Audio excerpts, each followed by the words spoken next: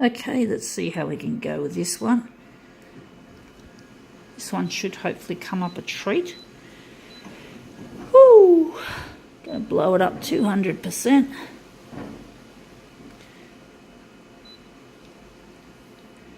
Right, what are we gonna do with this? Oh, fuck you, Konica. You and your fucking crappy user interface.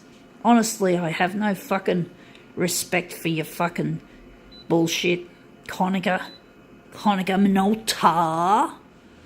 So let's see how we can make this piece of shit do something good. Right, so gonna reverse it. So there's yellow and there's magenta. So we're gonna add one of those colours back. We're not doing it yet, we're just here. So let's see if we can make this one look really nice. It's something that I purchased and I'm going to donate. So we're just going to cool down the hue just a tad.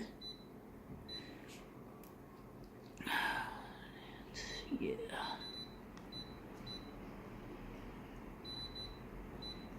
So we're just going to make this, hopefully this will turn up a treat.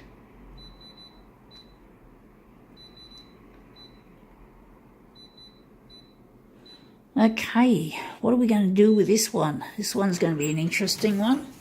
It is Sydney Opera House Postcard. Obviously that's Vivid. The Vivid Light Festival gave us those beautiful colours on the sails. It's a bit smaller than an A6 both ways, especially here. So we're going to have to make this a bit different. I think we're not going to keep it as a still image. We're going to make a movement out of it.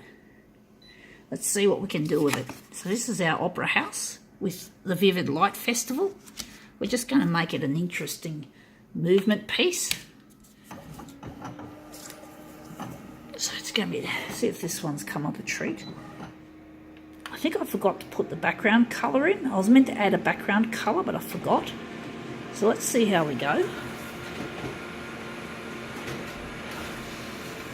I think it's got to have a background colour. It's glossy anyway. Yeah, it needs a background colour, but that's a nice coolness. I like the look of that, but I think I'm going to have to add some colour to that. Looks a bit bleh, boring. So we're just going to go, and we're just going to go here. The colour of choice will be magenta. It'll go well with the cool colours. It'll complement the cool colours really well. So now we're just going to try that again. Going to put that on the glass again and slide it and see if we can make it into a nice mirror image. So we're just going to slide it around. Right, 200%. So let's see how that looks.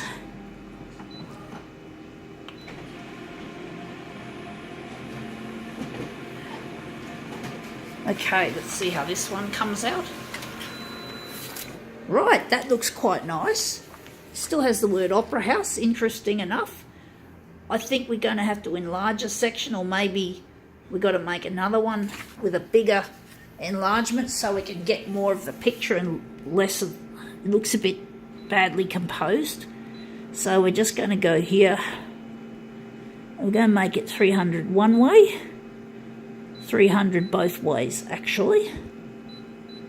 So let's see how we go with this one. Here's our opera house. We're going to try it again. Going to put it on the glass and move it. See if we can make it turn up better at a bigger magnification. See if this magnification has actually improved the composition. The colour looks nice. I'm pretty sure the colour looks good. We just have to get a good composition. That's a better looking composition to a certain degree, but I still don't like it.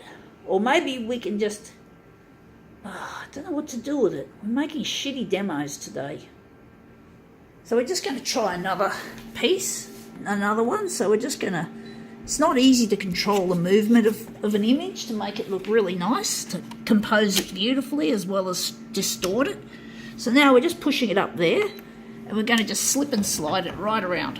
We're going to spin it and see how we go. This original's a little bit difficult for some reason.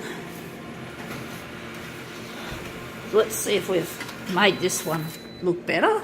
It looks interesting. I think we've made it look doesn't look good enough. Wondering, shit, can't get this to work. So what are we going to do? We're going to make this look better. Somehow, we're going to make this look better. Oh, shit, this is only a fairly small image on a big piece. So I'm wondering if we're going to go, maybe we've got it too large. Maybe we've got to compromise 250 rather than 200 or 300.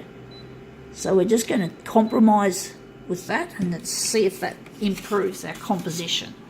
We want this composition to look really nice, so we're just going to try that again. We've got a bit more area to work with. So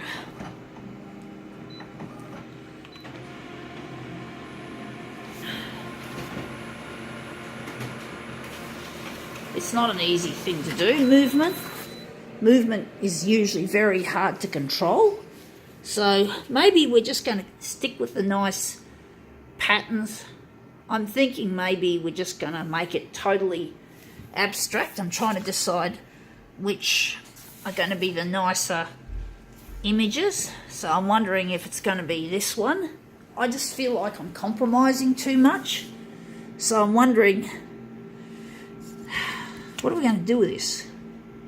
We're just going to try and use one of these, the better images, as whatever. We're going to just try and make it look nice. I don't know if we can make it look nice. We're going to try. Sometimes I just can't get things to work. I've been doing this quite a bit sometimes. So we're just going to take a section and we're going to enlarge it. We're just going to get the beautiful, wavy, colourful bits rather than trying to do the whole image. So we're going to overlap it on the edge so we don't end up with big borders when we're enlarging. And I'm going to try and see if I can get the right size. So trying to do it intuitively. What are we going to do with this one? So trying to think horizontally. Going to make it 400 horizontal. Fuck.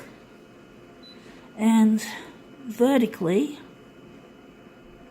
going to make it 360. I don't know if this is going to work. I wonder if we can just show you have a look at the original once again. Oh, a sequin just came off something. Oh, a sequin on the glass. Fuck. So we're just trying to get this small area. So we're going to try and get that small area. I think 400 might be overkill, just quietly. So I think we might have to just get rid of the overkill of 400%. I think 400 is overkill. I think we've got to lower that. 400 is a very large magnification and only does a small area. So we're going to just compromise and make it 360 that way. And this one's going to be smaller than 360. We're going to make it 300. Let's see how we can crop this image to make it look more interesting. And we're going to just work on other things. We've got to get rid of negative, positive. Maybe we leave that. Bleed removal, I think we're going to keep that. And we're just going to kill off the magenta. That's really come up strong, the magenta has. And now the hue. We might leave the hue there. So the brightness, I'm thinking we'll go to the centre. I'm going to leave the settings, the rest of the settings as is. So let's see if we can get this first go with cropping this image rather than using the whole image. So let's see how we go. But it's very hard sometimes what I do. I don't always get the results that I find desirable. It's like any artist. All artists, not every artist does everything exactly the way they want it. So I'm trying to decide the centre. But I like this. The colours are amazing. So we've just taken a smallish area and we've magnified it. And I'm really happy with it. So now it looks like we're going to rescue this demo, so to speak. I'm going to make it turn out into something good. If you guys can be patient with me and my talk and my fucking working on this piece of bullshit equipment, well, bullshit because the company just cares about money and they don't care about the product or the people that it services as much as they care about their fucking revenue. And they just cut corners and do all sorts of shit and make you a shit product. And that's why photocopiers are so unreliable. That's why they are so difficult to use and why they have all these bloody features that that even I struggle to understand.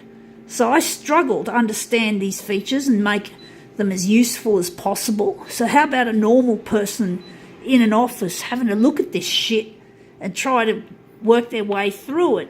They don't need all these fucking features. These features cause clutter and make people feel intimidated by the makeup. It's not the way a photocopier should be. If you want features, you've got to have artificial intelligence to control those image adjustments like hue and density and all the rest of it. And colour balance, you've got to have a machine that can do it autonomously, at least most of the time.